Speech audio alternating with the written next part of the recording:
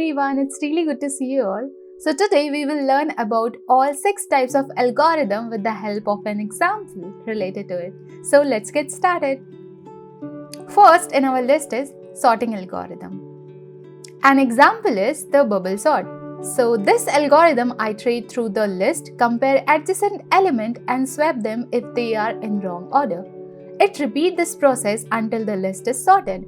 But remember that bubble sort is straightforward but may not be efficient for larger datasets.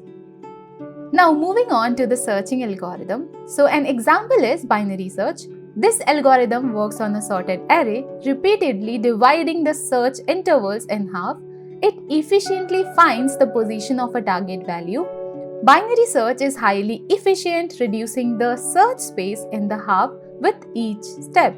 It's a go-to algorithm for fast search operations. Now let's delve into graph algorithm. An example is breadth first search. BFS traverses a graph level by level, exploring all neighbors of a node before moving on to the next level. BFS is like exploring a graph layer by layer. It's often used in finding the shortest path and connected components. Next up, dynamic programming, which we also know as DP. An example is the Fibonacci sequence calculation using dynamic programming. Instead of recalculating values, it stores and reuses previously computed results. Dynamic programming is a game changer for optimizing recursive problems. It's like having a memo pad to avoid redundant work.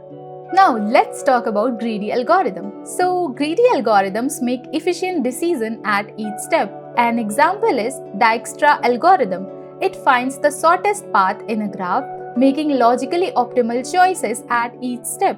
Dijkstra algorithm is like finding the most efficient route in a network. It's go-to for navigation and optimizing problem.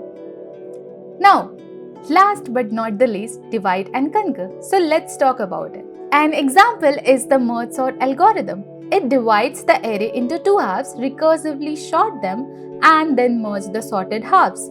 Merge sort is like sorting a deck of cards by dividing and conquering. It's efficient for large datasets. And there you have it, a whirlwind tour through various types of algorithm with examples and explanation. Each algorithm serves a unique purpose and understanding them is crucial for problem solving in computer science.